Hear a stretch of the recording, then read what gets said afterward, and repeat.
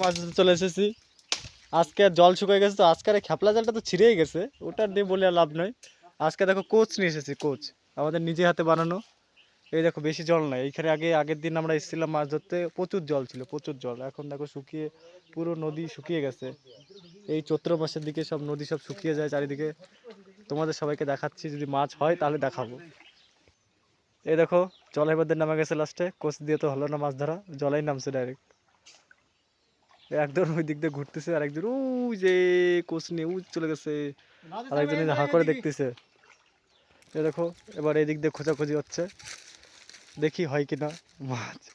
আজকে দেখাবো বন্ধুরা, তোমাদের সবাইকে মাছ দেখাবো। এই যে একজন বাঁশ ক্ষেতের মধ্যে দিয়ে আসতেছে।